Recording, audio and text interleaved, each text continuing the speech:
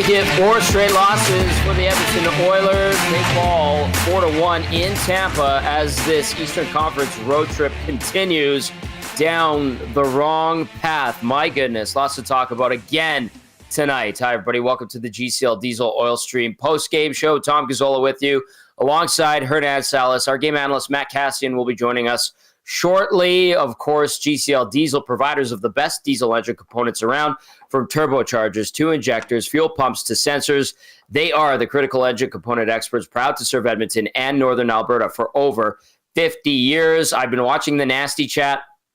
It's been buzzing, and rightly so. Hit that thumbs up if you don't mind on YouTube. And if you're listening on iHeartRadio, TuneIn Radio, of course, EdmontonSportsTalk.com's audio player, you can text us 780-218-9999. Edmonton falls to 34-20-4. Tampa has itself a 6-game winning streak. And Hernan, I'll just start with this, man. Like, we're watching one team go in the wrong direction at the wrong time of the year, and then Tampa is going in the right direction at the right time of the year. Killer instinct on one side and just a total malaise on the other. And I will say this. They played better than they did over the weekend, but they played so poorly this past weekend, that it doesn't matter. Because I watched them in the second period. They kind of got a few chances, but again, they get the early lead in the first. In the second, Tampa sort of takes over. They take a few penalties. Can't stop anything on the PK. PK has become a mess. Yeah. One of the worst in the NHL again. Power play, it's clicking. 5-on-5, I don't know what's going on out there, man. I mean, if the first 15 seconds were an indication, Bouchard coughs it up, grade A scoring chance, Skinner stops it. Then a lucky bounce, another grade A scoring chance, stop. Then a 2-on-1, stop. So you're like, okay, like they're still giving up a lot, but at least Skinner looks dialed in for a bit. But then that second goal he gains, that just can't happen. Like there's so many things about that goal that were awful. So many. Hey, listen, Skinner, watch Skinner. His reaction to go to the post is so damn slow. Evan Bouchard, I still don't know what the hell he's doing out there. He was awful tonight. He had 3 turnovers directly that led to grade A scoring chances. And they just keep throwing him out there and keep playing him. You weren't coming back in this game at 4-1, Tom. You weren't. So stop. Send a message. At one point, someone needs to send a message to this guy to wake the F up, because he is sleeping out there on the defensive zone. There's nothing there with him. And analytics crew, if you want to come at me tonight. But come on, man. You can't sit there and watch that game and tell me Evan Bouchard was good. Kasperi Kapanen in for Jeff Skinner. Terrible turnover. Neutral zone. That's terrible turnover. Oilers scored first. Like you said, they were playing better than they did over the weekend. And again, it's just mistake and turnover. And I think Louis said it in the late in the first. Like, the Oilers turned it over 4 times straight in the neutral zone, Tom. 4. Hey, that's why on the pregame show, right at the end, we said, what are we looking for? You said you were watching Stuart Skinner's body language, which I think was good tonight. Honestly, second goal was junk. It's dog crap. And we're going to get to Cast when it comes to breaking that one down, because there are a few things on that goal where I'm like, well, why didn't he get his pad over there? But then again, why didn't Evan Bouchard challenge? Why didn't he challenge on both sides of the post? I'll let Cass break that one down because he played in the league. But neutral zone, defensive zone, puck management. That's what I said right before we wrapped up the pregame show. You just summed it up, Hernan. Yeah, and terrible. Everything Cass talked about in the pregame show as his game changers hit. Like, so, okay, in the second period, it's not going their way. They go nuclear. Right. Tom, this is my beef with it. And listen, I get it. I get why you go to them, because they're brilliant together. I understand that. I think everybody understands that. But you get absolutely nothing from any other line. It is not a good strategy to do this every single time. You can't. You're going to get killed in the playoffs. They put Cirelli and Hagel out against McDavid and Draisaitl. What happened, Tom? Nothing. They owned them. They owned them. And you're talking about the body language. Listen, Tom, I saw a lot of frustration. Nuge was upset. He was late on the 4th goal. He banged the stick against the glass. You saw the deflection. Skinner look at Janmark. I don't know if he was upset that it got by him. I don't know if he's upset that Yamar blocked the damn shot. That's a weird one. Yeah, I saw frustration. I mean, look at the wraparound goal. I mean, Skinner shouldn't look at anyone. I think Gager said it the best on our group chat. There's no alibi for that one, buddy. Like, that's a terrible goal. Ugly. That's a terrible goal. But listen, Evan Bouchard, Stuart Skinner, they take a lot of heat, and it's deserved. Yeah. Especially tonight. But there was other guys that weren't as good either. Arvidsson, MIA. Kasperi Kapanen turns it over when the Oilers were feeling good with a 1-0 lead. That can't happen. And on that pass in the neutral zone. You can't have that. Adam Enrique, MIA. Connor Brown, MIA. Nuge, MIA. Hyman, MIA. I mean, sure, it's a top-heavy team. I mean, we're not breaking any news here. Everybody knows that. But so is Tampa, by the way. And they're going just fine right now. Like, this game was frustrating on so many levels because, yes, while they were better than Sunday and Saturday, that wasn't hard to do. That wasn't. They're still self-destructing. Look at the guy. If someone was watching the intermission, there's a guy that joined Dave Amber, I think, or whoever was hosting. Sorry. Like, he was in the first minute, she went like this. Oof, the Oilers are doing it to themselves. And then he breaks down the second goal, and it was ugly. Like, the Oilers do this to themselves. I was going to call you Gager, Thomas. But at the end, our group chat was going all night long. Gager was very involved in that. But it's just this team is frustrating. Latino Heat, you were fired up. I like it. I knew you would. I'm not even feeling well, but like Skinner got to be better. Bouchard, I'm sorry, man. I don't know what the hell he's doing out there in the defensive zone. There is no will to defend by that guy. He's out there standing around. You saw him on the bench in the first period. I don't know if you noticed, Tom. I think Paul Coffey was talking to him, and they were kind of like, he wasn't agreeing with him. You could tell. He was kind of like stating his case.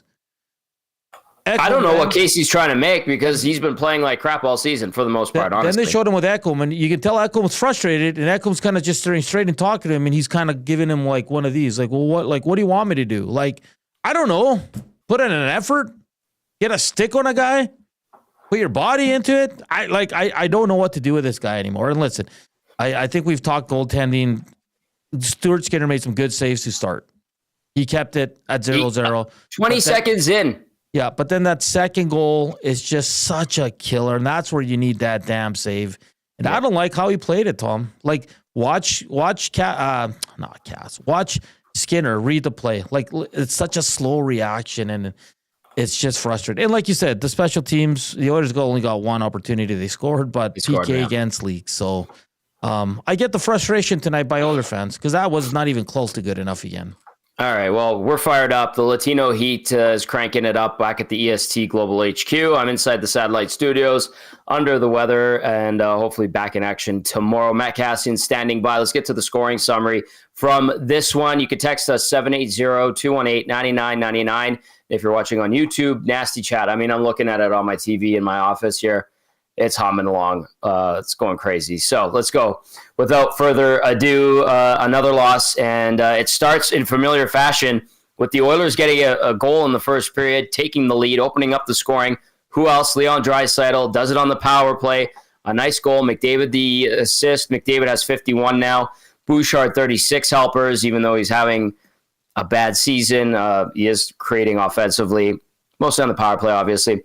Draisaitl, 43rd goal of the year at 11:53. Michael Eyssimont would tie it up, his fifth of the year at 13:11 from Gonçalves, and we're knotted up at 1. You're thinking, all right, a little more competitive than what we saw last week or last weekend, and maybe a little bit more fire and jam in the Oilers game, a little bit more attention to detail, but it comes unglued in the second period. Bad turnovers. Slow movement, lateral movement. I'm sure you guys are going to talk about it tomorrow on EST Afternoons. But Brandon Hagel scores his 28th from Gergensons and Cirelli to make it 2-1. Just 29 seconds in. That's another thing that's happening here, guys. The Oilers are giving up goals in the last minute and early in periods. The worst times, the times the coaches, every coach universally in hockey says you can't have happen. It pisses them off the most. It's a killer. 29 seconds in, Hagel's 28th, having an outstanding season. Then the Oilers would go down 2 men. Victor Hedman would bury his 9th of the year on the power play. You were talking about that, Hernan. It went off of Matthias Janmark, who went down to block it. Yeah. It hits him. It's a knuckler off the ice, ticks Stu Skinner's glove, and ultimately it's a 2-goal lead for the Lightning. Point and Kucherov, the helpers, at 5:38. That's when I thought it was over. Like, I thought the Oilers did have a little bit more pushback in that second period, but by the third, you kind of knew the writing was on the wall. This Tampa team had been playing so well, 5 in a row. They've only lost once in regulation at home in 2025. Oddly enough, they lost that game to Chicago. They had an OT loss to the Islanders, but they had this thing locked down, and then they would add to the lead. Nick Paul on a 2-on-1. Surprise, surprise, his 18th of the year from Gensel and Kucherov to ice it at 7:23. Shots on goal tonight, 36-24 in favor of the Lightning. Face-offs, the Oilers get beat pretty handily there, 57.7% to 42.3. Power play 1-for-1. That's one of the silver linings, sure. They get one opportunity, they score on it. They get so few opportunities. PK leaks another one that is now, 7 straight games? Mm-hmm. 7 straight games where they've allowed a goal against on the power play, or the PK, pardon me. Hits 30-25 in favor of Edmonton. Block shots 16-9 in favor of Edmonton. Officially, giveaways 18 for the Oilers, 11 for the Lightning. Takeaways 10 for the Oilers, 3 for the Lightning. Ultimately, it's a 4-1 loss, and Edmonton has its first 4-game losing streak of the season. All right, keep those texts coming in, 780-218-9999. We're going to bring in Matt Kassian, and as we do that, I will get to the turning point of the game, brought to you by Advantage Sports Medicine and Physiotherapy, because at Advantage Sports Medicine and Physiotherapy, we treat you like the pros. Our multidisciplinary team includes sports medicine physicians, along with highly skilled physiotherapists, strength and conditioning coaches, and massage therapists. If you have a nagging pain you'd like to see go away, book your consultation today at www.advantagesportsmed.ca. And the nagging pain, I think, for oil country, Cass, is inability to score, inability to defend, inability to get their heads out of their proverbial you-know-whats. And I'll just say this. I've been lumping in moments of games for the turning point of the game. But when the Oilers went down 2 men and Hedman scored, I knew it was over for sure. Even after Hagel scored, I thought they had a chance. I thought maybe they'd bounce back, play a little bit pissed off, because it seemed like they had a little bit of jump in that first period. But as soon as Hedman scored that one, I was like, game over. And I was only 5:38 in. So that's your Advantage Sports Medicine and Physiotherapy turning point of the game. Cass, take it away. What say you about tonight? Yeah, it was a lot of what we talked about before the game, about cleaning up your neutral zone, doing it to yourself, and just being better and playing well. And Hernan, I think you're accurate. They played a little better than the games in the weekend, but overall it just wasn't close to the level they needed to be, and they largely did it to themselves again. I mean, look at the Kapanen turnover, look at Bouchard at the net, combine the Bouchard play at the net with Skinner not getting across to shut down a wraparound goal. So yeah, overall, I understand the frustration, and rightfully so. I mean, it's 3 games now where you were soundly outplayed, and yes, you took a little teeny inch forward, but not even close to the step that you needed to take. So, Oilers fans rightfully frustrated. Tom, it was kind of another just blah night where it was just not all chock full of ugly, but there was quite a bit of ugly. I think the only moment I really got excited was when Savoy almost scored, because I was like, oh, that would have been great. Yeah, that would have been awesome. But outside of that, I was like, ugh, just another tough night for the Edmonton Oilers. Nanso? Cass, I think Louis said it in that first period. It was coming to a close, but there was a sequence there where it was 4 straight turnovers in the neutral zone. You see the Kasperi-Kapanen turnover. You saw Bouchard cough it up twice in front of his own net for grade A scoring chances. What's leading to that? Are these guys just not – because when you look at the neutral zone, you can skate to the center, you can dump it in, but the Oilers are a talented team. They like to make plays, Cass. But what are you seeing that's leading to so many turnovers? Is it just bad passes? Is it just guys trying to do it all by themselves? Like, what's going on here? Because that's definitely not Noblock telling them to do that. Yeah, no, it's bad place, right? Like they are a team and they should be a team that carries a puck. They're not a dump and chase team, and no one really is anymore. But you have to make better choices with it. I mean, just look at the Kapanen play. I mean, that's just like, that is the example. And maybe for a guy that shouldn't be trying to make the extra move in the neutral zone. So, but execution wasn't there. Touch wasn't there. They're just, at the end of the day, they're making the wrong decision.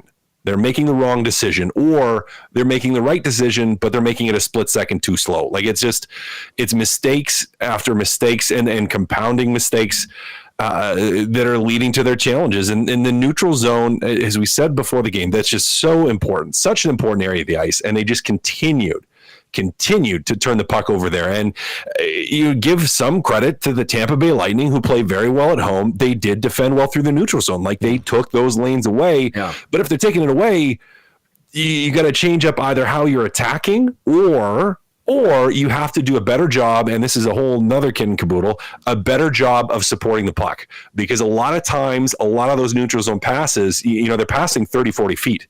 If we think back to watching the Four Nations and watching that US and Canada game, how many long passes in the neutral zone were there? Not very many. No, quick short passes with support, and then you defend with support and just support everywhere all over the ice. And that's how those teams play fast, but that's also how they defend fast. Now, Edmonton just made it easy in a lot of ways for Tampa, because everything was trying to make the 20-foot, 25-foot, 30-foot pass, and it just wasn't there. They're not executing on it. 780-218-9999. Get into the inbox. Nasty chat. Unbelievable. I can't keep up with it, I'll be honest with you. We'll try to, but let's start with Adam from Lloyd, who says, woof, what a stretch. Oilers' crap play before the break has caught up to them, and the offense is not bailing them out. Good thing they kept Arvidsson in. Scratch Skinner. Really questionable coaching decision. Bouchard needs to sit in the press box next game. Guy doesn't contribute anything except hot, fresh turnovers. What is up with this guy? They look old and slow and weak.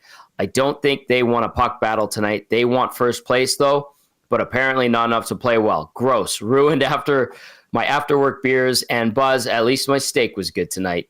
Expletive sakes. That's Adam from Lloyd. And we're getting a lot of that. Even our fearless leader, Dustin Nielsen, saying that what's concerning him is they sat Jeff Skinner. After what we saw from some, we said it on the pregame show. Yeah. It's like, I don't know if I would sit him. He's got like 9 points since the turn of the calendar, and he's been a healthy scratch in that time. He was one of the few guys that did anything the other night or the other afternoon in Washington. So I saw somebody in the nasty chat say, try to justify benching Jeff Skinner tonight. I have no answer for you, because I don't think he would be the guy I would have taken out tonight, to be honest. No, and penalty killing, you guys mentioned it before the game, has been struggling recently. Awful. And so you can't make the penalty killing argument. And Kapanen, would you rather have had Kapanen in the lineup tonight or Jeff Skinner? Jeff Skinner. Yeah. Jeff Skinner. I still don't understand that. Said it before too. I know you guys agree with me, and you said it as well. It doesn't make sense. Okay, let's get to a few more because they're spicy. And we do need to get to that second goal allowed too, because that was a calamity. And it's just perfect and fitting. And that's the two guys that have been getting the most attention for the wrong reasons. And they combined on that play for what was a terrible go-ahead goal that ended up being the game winner. Let's go to this one. No name on it. Says you could remove 8 players from this team.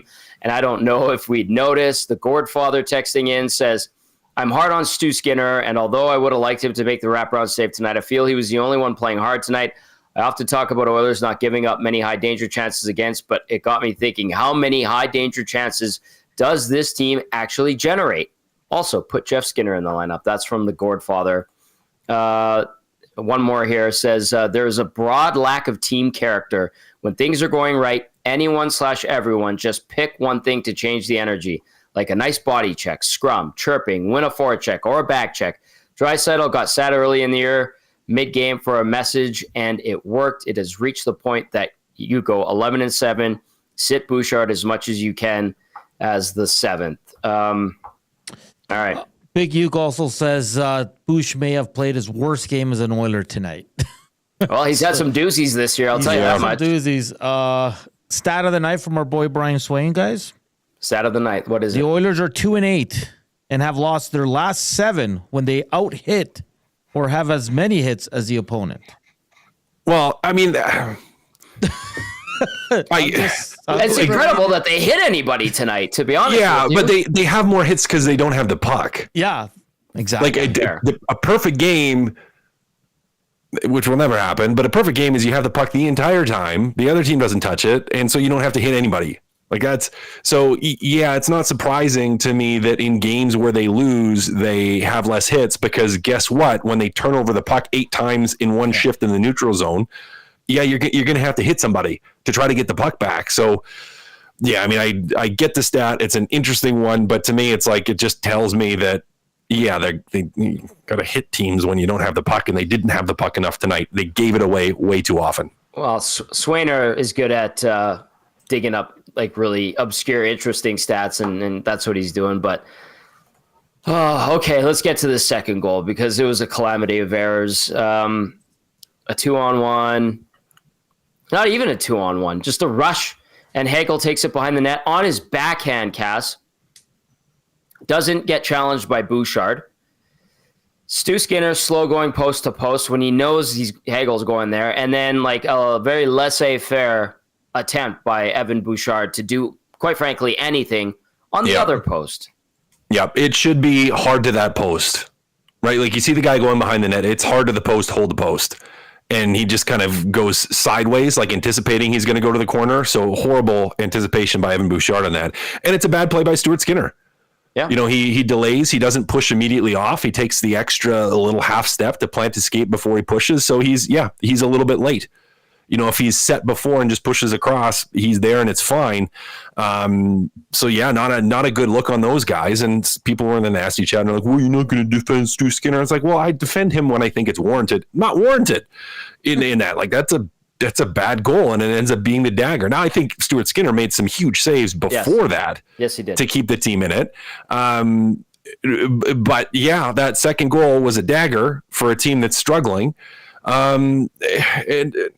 I mean, listen, Evan Bouchard does and still will do good things in the offensive zone, but he has struggled immensely this year, and it hasn't gone away. The big grade A, in your face, glaring mistake that always ends up in the back of your net. And some of that, yes, you're playing against the team's best players often, and so the likelihood of you getting scored on is higher, but that was a bad one, guys. That as you said, that was a dagger. In a lot of ways, they weren't obviously able to recover after that, and yeah, that one hurts, fellas. And just a bad play by Bouchard, and an equally bad play by Stuart Skinner. No more Cabo for these guys. No more Cabo for those guys. Yeah, vitamin D. They need less of it. Okay, but it's almost like with Bouchard, like 20 seconds into the game, like the goal is one thing. It is a dagger. That's established. We're recognizing that. Nobody's denying it. Both guys bad on that play, sure. 20 seconds into the game, your goalie has to make a 10-bell save because you are casually trying to make an outlet pass through not one, but 2 sticks. Then, after the egregious attempt at playing defense on the second goal, when you're trying to catch up in the game, you go to make a little, what is it? It's like a semicircle turn and then like a pass to the middle, trusting that your guy is there, and it gets picked off. It goes back the other way for a glorious opportunity. He has been making those plays all year long. All year long. Something is in this guy's head. Yeah. Whether it's confidence in the defensive zone or what, I don't know. But yeah, I would agree. It is. Right? It is in his head, where he still feels it on occasion in the offensive zone, but in the defensive zone in particular, it's just anything on the defensive side of the red line. I don't know if it's confidence. I don't know what it is, but yeah, it's... Oof. But, okay, if Hernan's talking about Ekholm talking to Bouchard on the bench, and Bouchard's giving the shrug, and then Paul Coffey's trying to have a conversation with Bouchard on the bench, and he's got the 1,000-mile stare. To me, that those are indicators that right now he's lost. and then the way he plays on the ice and has consistently this season, he's lost. I don't know how you get that back. Cass, you played in the NHL. And I said it earlier, like, guys, this is no longer a slump. Like, this is just a bad defensive season for Mr. Evan Bouchard. Like, and I don't know how you get it back. You're playing with the best defenseman on the team. He's obviously lacking the confidence when it comes to the power play in terms that he hasn't scored a goal yet. It's a contract year. Like, I think there's a lot. I'm not making excuses for Evan Bouchard, but there's a lot of things going wrong for him right now. And I'm sorry, but I think human nature takes its toll too. And it says he's thinking about that contract and how he's become kind of the whipping boy here, guys, for most of the season. Now that Darnell has turned his game around on the defensive end, and it's either him or Skinner. And that's why, Tom, you brought it up on that second goal. It's not funny, but it's comical that those two guys were a big part of it. And they were both awful on that play. Sometimes the universe gives you one, and the universe gave you one on that goal. It's like, it sums it all up right there. And I'm half joking, but like, seriously, guys, like, I watched it. I'm sitting at home watching it, and I see it go, and I look over, and I'm like, that was so bad. And she said, yep, that was terrible. It's just, it's what do you do for Thursday, boys? Like, I mean, I think they're going to run it back with Skinner. Boy. But the only move you can make is bring in Jeff Skinner. Bouchard's not being sat, boys. Let's be clear. No, they're not sitting. Get that out of here. Yeah. Right? Like, no. They're not going to sit Evan Bouchard. No. But what do you do for Thursday? What was your trade trick? Everybody? Trade everybody. Yeah. Okay. Trade I was everybody. Say didn't you flush your sticks down the toilet? Well, you would break the toilet, but you put them in the toilet and you flush them a couple times. Yeah. It's disgusting, but gotta rinse them off. I'll have Coach in about a minute, clean. boys. I'm intrigued to hear Coach. So am I. I'm curious because, I mean, he doesn't get mad in his pressers, but he does and has, especially recently, said some things and had some harsh criticisms for his team. And some people in the Nazi chat must have heard it already because they're saying Spec asked some tough questions. So I'm even more intrigued now. All right, we're going to get to that right away. Hernan's working on Chris Noblock. In the meantime, this is the breakdown with our game analyst, Matt Kassian, brought to you by South Fort Chev. Reserve your 2025 Equinox tracks and Traverse now. They won't last long. They've also got the best discounts on 2025 Silverados, and they won't be beat. See dealer for details at www.southfortchev.com.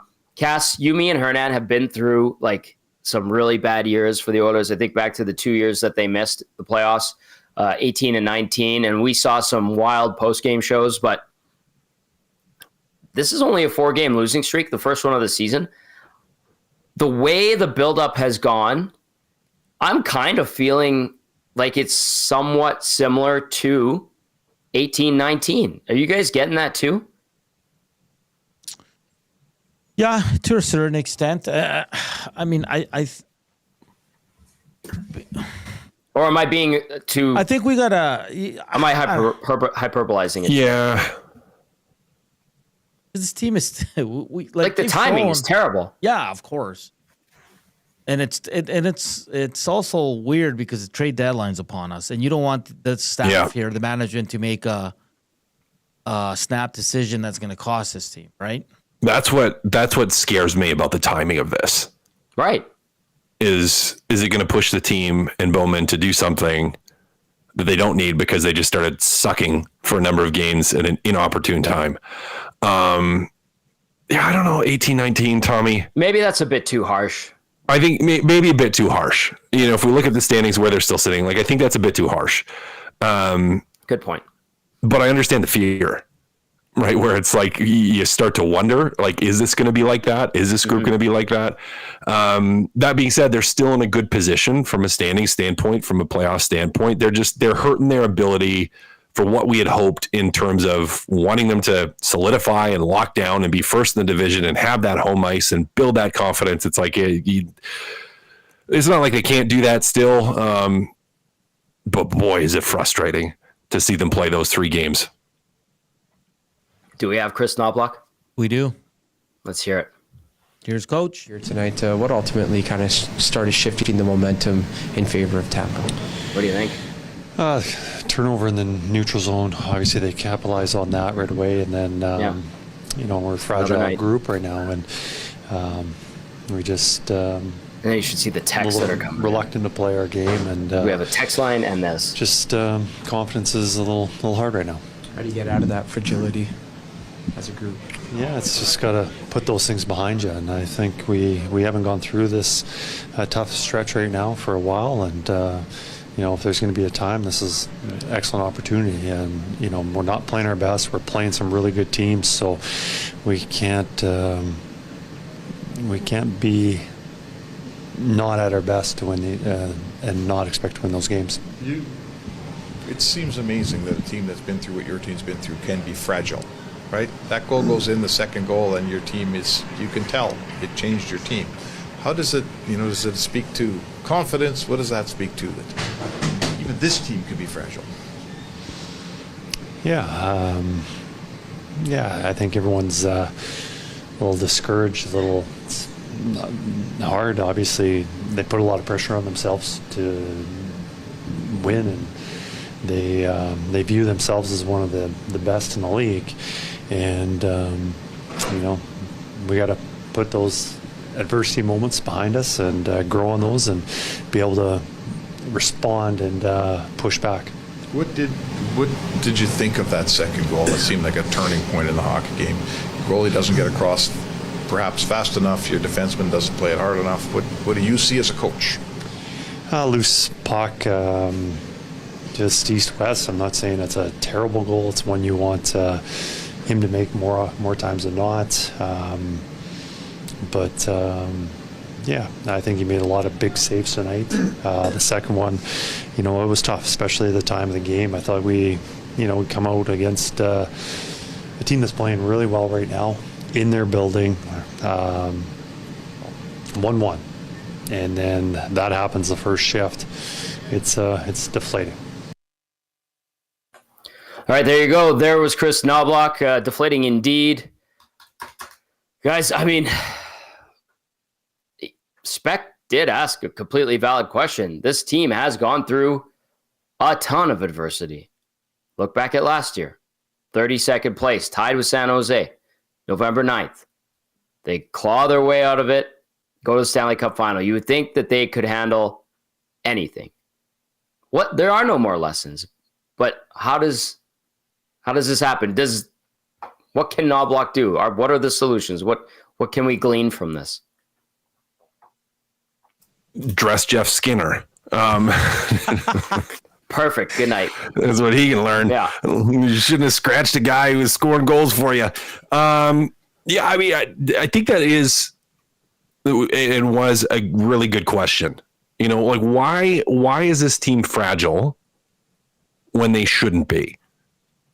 And I don't know the answer to that, but I think it's a good question to ask and to ponder, and even for Chris Noblock to consider, to say, okay, why is that happening, and what can we do about it? I don't know if there's easy answers to it. Maybe they got to just stick their stick in the toilet, flush it a couple times, and take a nap. I don't know. I'll agree with one thing with Noblock in that you can't go into playing really good teams and expect to win playing the way they're playing. And I was hoping that coming out of the break, this schedule, and we had talked about it and talked about it in the two guys and a goalie in the afternoons, where it was like, you kind of expected to get the best out of them because of the teams you're playing, like where they're going to rise to the occasion, and They knew the challenge ahead of them, so they're going to be up for that. And they just haven't been. It hasn't been good enough. We said it at the start of the year. You're going to get everybody's fastball. Yeah. Simple. Let's go to the text line, 780-218-9999. People are fired up, rightly so. Edmonton has its first 4-game losing streak of the season, and they've done it in very frustrating fashion. It's not like they've really been in these games, especially the 3 coming out of the Four Nations face-off break. Let's go to Spruce Grove. Rick says, boys, when do we realize the moves made in July and the players that have left is now a disastrous outcome? Honestly, when do we move on from some of these players? No Stanley Cup this year. Spruce Grove Rick, brother of Leduc. Dan. I don't know about. Yeah, go ahead. That's July 1st. We all saw it. You were working here, Tom. I saw the action. Everybody was glowing over Jeff Jackson. Yes. Why does he need a GM when he's done so great? Yeah, it hasn't worked out. That's the fair comment there. But let's not act like we weren't asking to get rid of Cece and Fogle and McLeod. Like, let's be honest here. Yeah. Let's People look were. at Well, Fogle, I mean, you weren't going to pay Fogle that much. No. The McLeod one of, those three guys, Fogle leaving McLeod and Broberg, the McLeod one I get, where there's frustration on the why didn't you buck up and pay a little bit more. Or not McLeod, Holloway. Sorry. Yes. Holloway. I meant to say Holloway, not McLeod. McLeod, I get where you moved on from him too. I understand that. But for Holloway in particular, to that speed, I get that. But yeah, a lot of us were celebrating, and I thought some of the moves were great at the time. I don't, and still like my completely biased opinion on the CC trade, where I was like, that to me, because Vinny Desharnais leaving is one thing. Sure. Broberg, again, hard to justify paying him $4 million, so I get that. But the CC one, where I just, But listen, the CC one didn't get it. I still don't.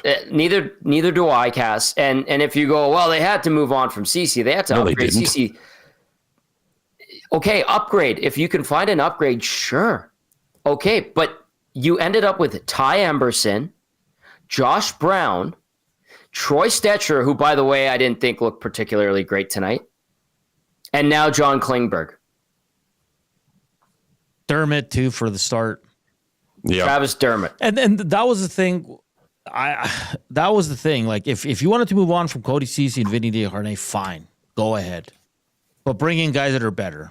And they did. Yeah, you got to get better for that. But all that being said, and complaining about the moves that were easy to make in hindsight, yeah, they're still in a playoff spot. Yes. And solidly in a playoff spot. So let's not crush the season based off of these games. Now, frustrated? Absolutely. Upset? Mm-hmm. Think that maybe something needs to change before the deadline? Sure. But let's not write off the season yet. Can I just say one thing about the way Tampa played tonight? No. Okay. All right, if you say so, Cass. Yeah. No, let's hear it. No. Like, the Oilers are top heavy. We know that. Tampa, and Eduardo Encino was talking about it earlier. He says, hey, Tampa's a top heavy team. They've got a bunch of guys with 60 plus points. They've had a couple more guys that have 50 plus. That's great. But watching them tonight, all of their guys busted their ass, regardless of how many points they had. They won battles. They were tough on pucks. All the little fundamental things. Whereas the Oilers are like, I'll get there when I get there. And then I'm going to poke my stick at it. And then I'm not going to engage physically. To me, it's a simple difference, but one that carries a lot of weight right now. Yeah. Dusty says, that is. Sorry, that is. Yes. No, Gur. I like hearing you talk. Dusty says the bright side is they have 2 more years to see if Josh Brown.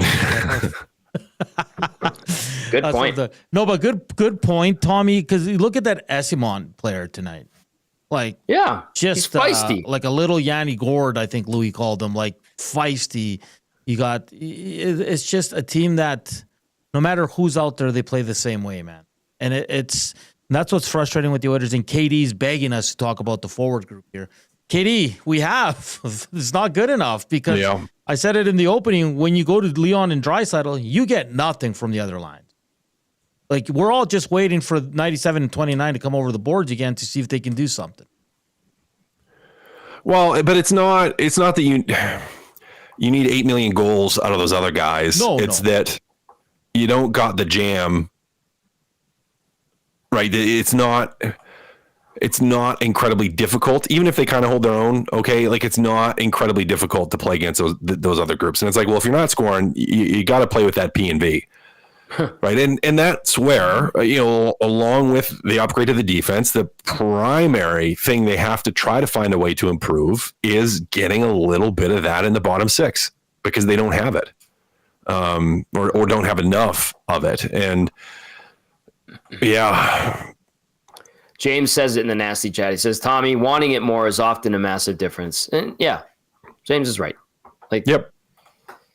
Well, they didn't show up. No. Talked about it as a game changer. You got to show up, and they didn't tonight, and they haven't the last 3 games, 4 if we include before the break. Hontorio Momes chiming in. Says, McDavid has gone from filet mignon to ham sandwiches, but he hasn't been great either. And that's another thing.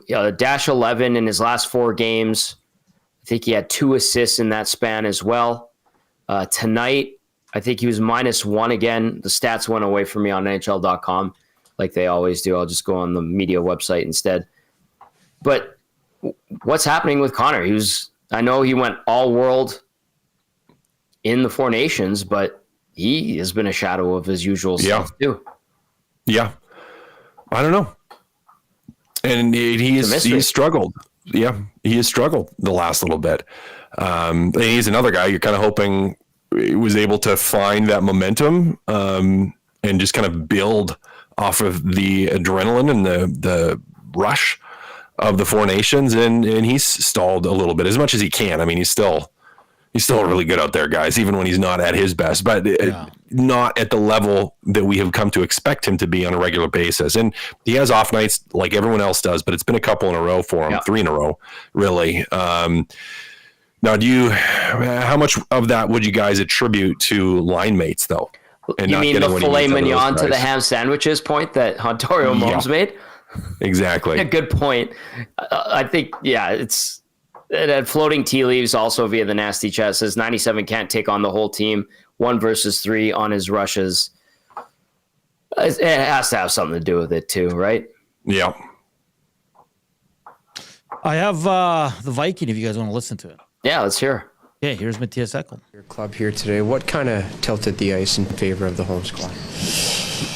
I don't know. I think we're in a bit of a hole right now as a team, and it's about resiliency. It's about sticking with it. We're going to have to dig one out here sooner or later. But as you said, I thought we got off to a good start, but I think we're at times giving them a little bit too easy offense. They're coming with a lot of odd man rushes, and that's something that we're going to have to limit. We're going to have to make plays out there. There's going to be mistakes that happens, but making sure we're on the right side of things and not giving up as much as we are right now. Do you feel like this team has to change its approach in order to, as you said, dig yourselves out of that hole? Absolutely. We got things to work on, no doubt about it. But then you look at we're giving up way too many chances. We're giving up way too much zone time for their offense too, right? Like sometimes it's about chipping it out. Sometimes it's about live to fight another day. And it's one of those things. We're in that funk right now, and it's going to take just a gutsy effort and an ugly one, so to speak, that gets us out of it. But right now we're not there. What do you make of Stuart Skinner's battle level tonight? Yeah, he always battles hard for us, for sure. And it's one of those things right now. It's the whole team that needs to just get to the 111, whether it's Stu or our D or our forwards. It's collectively. You guys you start the season slow. You weren't great coming out of Christmas, and the break here, you've not been happy with your game coming out of the break. There's a common thread there. What is it that breaks in this team? You have a hard time firing it up again somehow. Well, if I knew, I would stand up in the room and say whatever we need to do differently. I'm not really sure about it. Obviously, there is a common theme to it this year, which hopefully we can dig ourselves out like we did in the start. But as of right now, it's on us as a team to bury our heads and work hard and make sure we do the little things correct every single day. And little by little, we'll get better as a team and start winning again. Is the second period right now kind of the most challenging period if you fall behind by a goal or two and then you're trying to use all that energy in the third to get back into it? Yeah, for sure. But you look at it tonight too, like it's just one of those things right now. And right now it's not going our way. I think, that second goal is a funky goal. I don't know how we got in. I think Stu maybe want that back. And you look at that third goal, Janmark goes down, courageous, want to block a heavy one-timer, and somehow he goes off of something. It bounces off the ice, off the glove, in the net. So, yes, the second period has to be better, and we have to try to, limit our defensive zone time. But at the end of the day, too, somebody told me once, it's usually never as bad as you feel like when it's going bad, and it's never as great as it feels like when it's going great. So somewhere in there, we're just going to have to learn from what we did tonight and move on. Will the day off tomorrow probably be a good idea, as opposed to practicing some more? I think so, for sure, yeah. It's been a lot of skating lately, and we've been practicing in between, and we've had 3 and 4. So I think our bodies will use that day and be ready for Florida.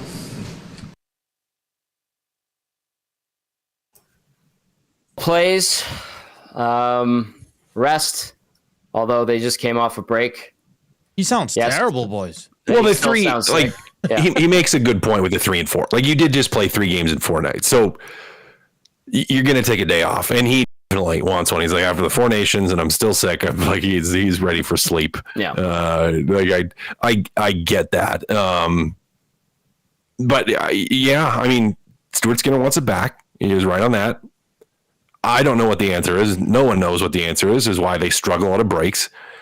And, plays and little plays in the neutral zone are crushing them. I mean, that's that game in the nutshell, right? Like Stuart Skinner letting a goal he would wants back. And little plays crushed him in the neutral zone. That's the story of that game. All right. They get the Florida Panthers on Thursday. Florida came into Edmonton earlier this year, back on December 16th. And the Oilers went toe-to-toe with them 6-5, but they played big boy hockey and at times pushed Edmonton around. You get the day off, like you said, Cass, but how do you regroup and make sure your game is much sharper for the defending Cup champs in the building where the last time you were there, you lost the Stanley Cup? Yeah. Whatever you got to do to recuperate, maybe go to the outlet mall in Florida in Sunrise there. That might be... it's a good outlet mall. That's probably what they're going to do. You got to get your mind right. You are in a slump. You've lost a bunch in a row. You haven't been good enough. You've made too many mistakes. And so it's going to be different, I think, for every guy. But whatever it is, man, you got to get yourself ready for it. Now, it's nice, Tkachuk not going to be playing. Right. Great. But you can't rest on that because the rest of the team, even without him, still plays that up tempo, in your face, aggressive style game, which at times can be a real problem for the Edmonton Oilers. So mentally, you gotta do what you can to prepare for it. And if it's sleep for a guy like Ekholm, get your sleep. If it's get up and get active and walk around and go for a bike ride and stretch and just do something to limber up, then it's that. But regardless of what you do, you have to be ready to go here. Like it's. I felt going in, I was like, okay, tonight's the night, right? Like they had 2 bad games. Tonight's the night. They're gonna have one now, and they're gonna work their way out of it. And they didn't at all. I'm gonna be sitting and crossing my fingers and hoping that they can do that on Thursday against the Panthers. Cass, it's gonna be interesting. Maybe it's exactly what the doctor ordered: is a visit to Florida where you got to expel some demons. Exercise those demons, and flush some hockey sticks down the toilet. Yeah. Yep. Couple tappy taps.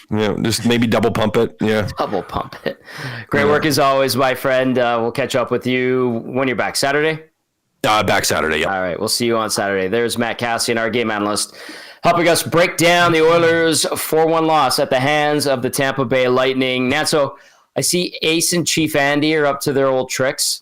Yeah, it's and don't get me wrong. Same old. Second goal is all Skinner, but he did make some big saves. At the end, you lost. Yeah, deflection goal, sure. I know Dusty was going back and forth with some people there and saying the 4th goal doesn't feel like it was that bad. Nuge is late, and just go look at Nuge. He slams his stick on the glass because he knows he screwed up.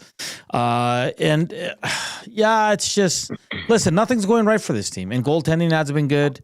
Evan Bouchard hasn't been good, and Ken's asking, guys, why can't Bouchard sit in the press box for a game or 2? And listen, I don't think any of us would be like blown away if they sat. Like, I think we can all agree, sure, it'd be nice if he can sit out for a game because he's been terrible. Yes. But you're not sitting a top pairing guy. And when I say top pairing, I'm saying top pairing on the Oilers. Okay? Everybody's got their top pairing guys. You're not sitting them, Tom. And and whether you like it or not, he's the best passer on the team. He is. A lot of the times going to the other team lately, but thank you. He runs the power play from the back end. Like, I get the frustration, and I get why fans are getting upset that they won't sit him. He doesn't miss a lot of shifts. He keeps playing no matter what he does. I understand that frustration. But I'm here to tell you, and I'm not saying I agree with it, Evan Bouchard will not sit out a game as a healthy scratch this year. He will not. You're probably right. 1 assist tonight, -1, 2 shots on goal, and a couple of egregious efforts and giveaways. That's your night for number 2 in orange and blue. Our guy Coop sent me the AI. I got to read this. It's hilarious. Please read it. Viewers are discussing the Oilers' recent losing streak and possible reasons for it. Some are critical of the team's performance, while others are more understanding and believe the team needs some. That part blows my mind. Our viewers and listeners are understanding and think that they need more rest. Yeah. That does not sound like the nasty chat at all. Yeah. And I think the Oilers win Thursday, Tom. I'm going to keep saying it until they win a damn game. Florida won today, 4-1 tonight. Yes, they did. Oilers are pretty successful in Florida. I run it back. Let's go. I mean, if Jeff Skinner's not in this, I think he will be. You obviously have to tweak the lineup. I mean, listen, Tom. If Jeff Skinner and John Klingberg are in this game, they still lose. Sorry. Yeah. Like, I mean, we're grasping right now, but Skinner should not be the guy out. There's many players on the team not carrying their weight, and it seems it's always Jeff Skinner. And that's ridiculous because he's probably had the best 5-on-5 numbers of the Janmarks, Connor Browns, Vasily Podkolzins, Victor Arvidsson, and he continues to be the odd man out. I don't see Jeff Skinner giving the puck away like Kapanen. Have I seen it this year? Sure, but not a lot. You are right. Edmonton is very good at Florida in the regular season. Thank you. They've won 12 of the last 14 visits, 13-7 with 2 ties, no OT or shootout losses in Florida. So I'm saying there's a chance. And who knows? Maybe being haunted by last year's Game 7 loss there reinvigorates this group. Maybe the day off helps, but people are even chirping AI now for giving the Oilers excuses. I think people are just mad. Yeah. They're going to chirp everything and anything. And we've come to just expect that from our listeners and viewers. We've been doing this way too long that we know what to expect. ZB says Hernan knows they won't sit Bush because the organization is afraid to hold its core accountable. I don't think it's that. Like, I'll ask ZB if he can find me a top pairing defenseman on any other team that's been healthy scratch this year, and I'll give it to you. I will. Healthy scratched for poor play. Not injury, not sick, not anything. And I'm not saying I mean, after that first 15 seconds, I would have sat Bouchard. Don't get me wrong. I'm not sitting here defending him because he's been awful defensively, but I'm just saying he's been bad most of the year defensively, and he still plays the most minutes on the back end. That should tell you everything right there. Yep. Even when they sat him out in, Philly? Yeah, in Philly, they pulled Ekholm away from him. Remember they put Ekholm with away from him. Yeah, and he missed, I think, 1 shift or maybe 2. Maybe rotation. He was still the leader in ice time for defensemen. So that's what I'm saying. It's not going to happen, guys. And I agree with you. Sure, it'd be nice if he was held accountable. And now we don't know, Tom, if he's being held accountable behind the scenes. We're not there. I really want to go back and watch that game and see what Paul Coffey or how the body language was in the conversations with Ekholm and Coffey, like you were describing, to kind of get a read off of it. But it was like Paul Coffey telling him something and he's kind of going back, like it almost like he's stating his case, kind of like, this is what I saw. And then with Ekholm was saying something and he's just kind of like, he kind of looks with that look he has when he doesn't know what's going on. Right. Yeah. So it's, I don't want to put too much stock into that. Okay. It could have just been like, hey man, next time I'm going to be here and give me the puck there. I don't know, Tom. But, not good enough for Bouchard though, man. Not good enough. Like this guy is falling off a cliff defensively. It's frustrating. And that's an understatement. All right. Sticky Dave texts us in, says, after a goal against, we can only counter with skill. A great hit on the forecheck could change momentum. Opposition D, never hear footsteps. A player like Evander is really missed. I agree. When Evander is engaged, healthy, he's a difference maker. And when he has that snarl, it has an impact. So I can't disagree with Sticky Dave on that one. Pardon me. Conroe, Texas, texting and says, love your positive thinking, Tommy, but this is easily 6-3 loss, Oilers, at the hands of Florida. And then Conroe, Texas, going super negative, says the Panthers might even get to double digits. Okay, so you're saying there's a chance, eh? So it's going to be interesting tomorrow because they're not on the ice, Tom. So we're not going to know who's going to go between the pipes. We're not going to know the lineup changes and all that fun stuff. But I understand the fans stick with the lines, stop line juggling so much. Kapanen didn't work with Connor, either did Podkolzin. I threw out the numbers yesterday on EST Afternoons of 7 guys that play kind of in that bottom 6. Moonlight with Draisaitl, Podkolzin, Arvidsson, Connor Brown. And it's bad, Tom. It's really bad. And the guy that has the most goals in that group is Jeff Skinner. Connor Brown has 1 in his last 20. Podkolzin has 3 in his last 33. Henrique has been for me, Henrique hasn't done much. Arvidsson hasn't done much. And I'm harder on Arvidsson because he's played with Draisaitl most of the season. Yes. Like the other guys, sure, they're there on the bottom 6. Survive, don't get caved in, have some good cycles. If you chip in, you chip in, but they got to chip in a lot more because right now, when Connor and Leon are together, you're not getting anything from the other guys. And sometimes you need it, man. Sometimes in a game like tonight, Tom, it'd be nice if Arvidsson could chip in with 2. Or anyone. Anybody, quite frankly. Waddy in Cloverdale says, the boys have looked old, slow, and tired, very uninspired, not to cry over spilled milk, but I sure miss Holloway and McLeod. Waddy and Cloverdale, yep. A lot of people probably. The Holloway thing makes more sense. Last year at this time, people were just clamoring for the Oilers to fire McLeod onto the moon. Yeah. Holloway, though. I remember that. I was one of them, too. So I was like, I'm not going to sit here and act like I wasn't. I didn't. I thought they needed to upgrade CC and Desharnais. They didn't. Like I said, if you're going to upgrade those guys, I was all for it. But bring in better players, and they have not. So, and I hate the argument that, the Oilers screwed up in the offseason. Everybody was over the moon happy with the Oilers offseason. Has it worked out for a lot of these guys? No. That's fair, but don't sit there and say, I knew it. No, you didn't. We didn't know it. All right, let's get to the Damon Bunting Real Estate Player of the Game. Damon Bunting, consistent top-producing realtor in the greater Edmonton area for over 17 years. He and his team would love to help you find that right home or make the move from your current home. Check him out, DamonBunting.com, or visit his Instagram at Damon Bunting Real Estate. Hernan, Salas, the Latino Heat, take it away. Yeah, I'm still trying to pull up the stats here, buddy. Just give me a sec. Did you have to go to did the league finally update the stats on the regular NHL.com? Because they took them away again. And I had to go onto the media site. I don't know. They changed the stats like an hour after the game ends. It's very frustrating. For the 4th time in a row, I'm going to go to the other team, Tom. I think I completely understand going to the other team for the player of the game for a 4th consecutive time. I'm going to go with, for the player of the game tonight, I really liked how he looked, man. He was flying out there. He was feisty, played well against McDavid, played well against Draisaitl. He was on Team Canada. Brandon Hagel, I thought, had a hell of a game tonight. He scored a wraparound that probably shouldn't have been. Yeah, but he was great. 21-21 on ice time, 5 shots on net, 2 hits, +1, and he scored the second goal, which was the game winner. So Brandon Hagel gets the Damon Bunting Player of the Game for the agency. Nicely done, Brandon Hagel, Player of the Game. For Damon Bunting Real Estate. Nicely done indeed, Hernan Salas. All right, let's wrap up with a few texts here.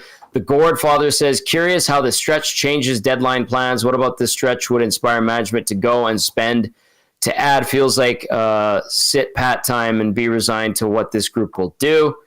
We'll see.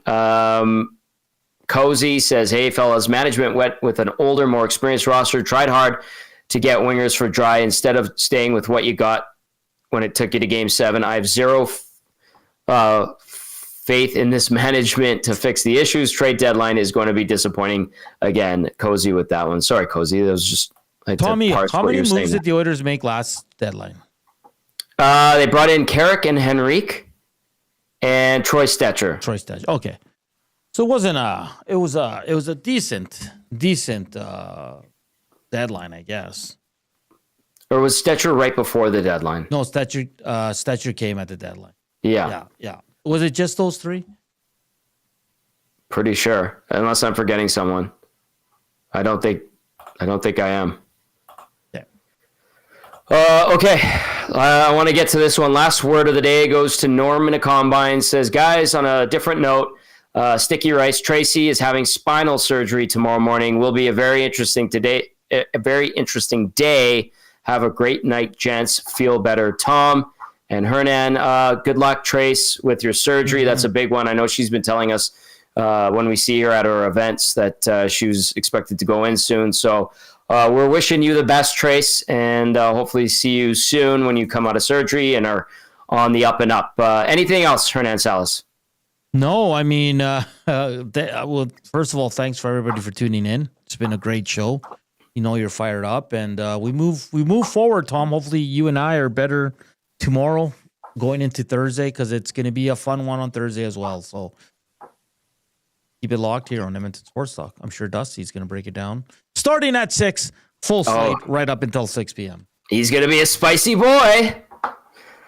Shaggy in St. Albert says, Tommy should be happy. You can go to Kelly's in the spring after the first round exit instead of having to do pre and post game. Shaggy, I will happily turn in going to Kelly's any night in the spring if we can go on and cover another Stanley Cup run. Let's just be positive here. Yes, it's been a frustrating night again as the Oilers fall 4-1 to the Tampa Bay Lightning. They're going to look to snap this slide Thursday night against our old foes from Florida. It's the Panthers and the Oilers. The last meeting of the regular season between those two clubs. Do they meet again in the Stanley Cup final? I feel like a lot of you are saying not a chance. We'll be on the air at 4 o'clock for the GCL Diesel Oil Stream pregame show. A big thank you to everybody who listened on iHeartRadio, TuneIn Radio, EdmontonSportsTalk.com, and to all of you who watched tonight on YouTube. A huge thank you as always. It got spicy. We had some fun. We got a bit emotional. I don't think anybody cried, though, so that's important. Good luck, Tracy, with your surgery tomorrow. For Hernan and Matt, I'm Tom saying have a great night. See you, everybody.